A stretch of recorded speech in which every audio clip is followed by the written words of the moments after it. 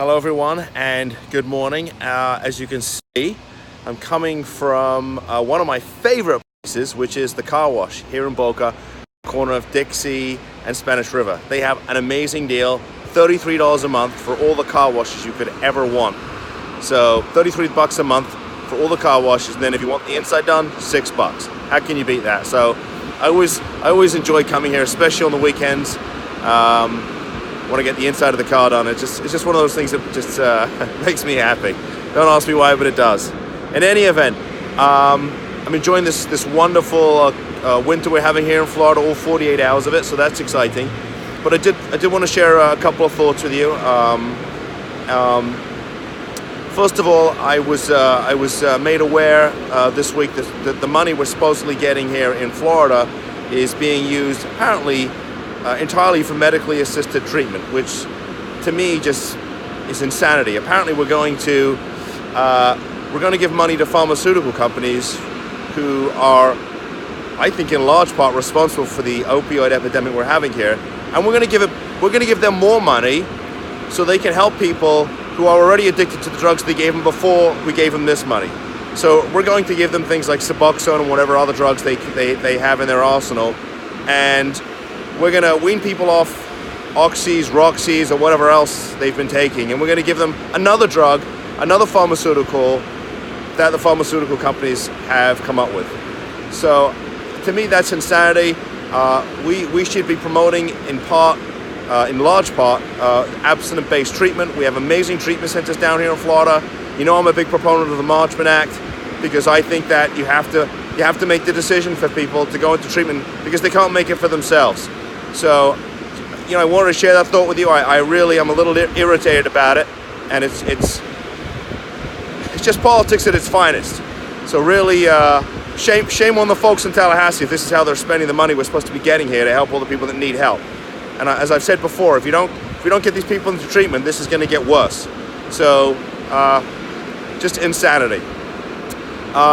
You know, the other thing that I've really worked hard on the last couple of years is to try and give people hope, right? My business is really founded on the foundation that we're helping people. So a couple of things that we're working on. I think I've talked about the opioid litigation, so we're going to be seeking money on behalf of individual families whose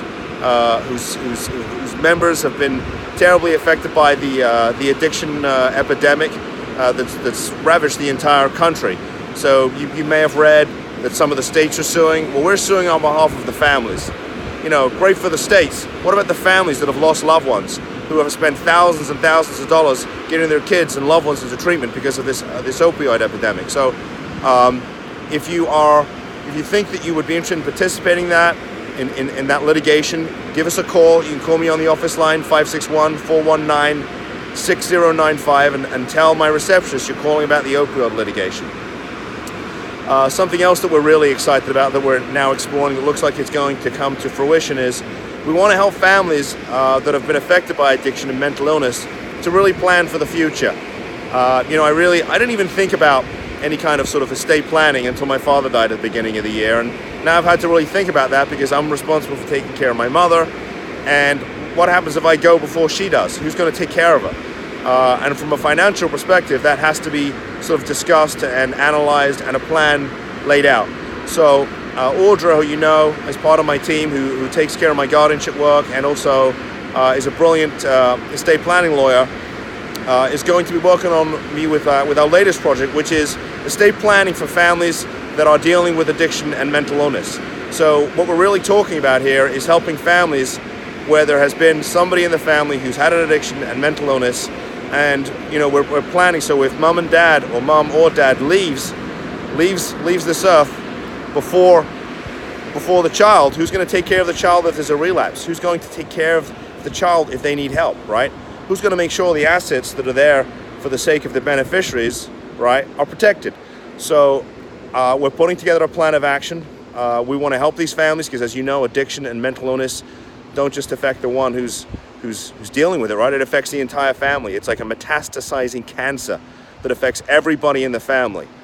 And so we want to help that family. We want to protect that family unit now and in the future. So we're We're going to be working with a some really great financial planners to help to plan for the future.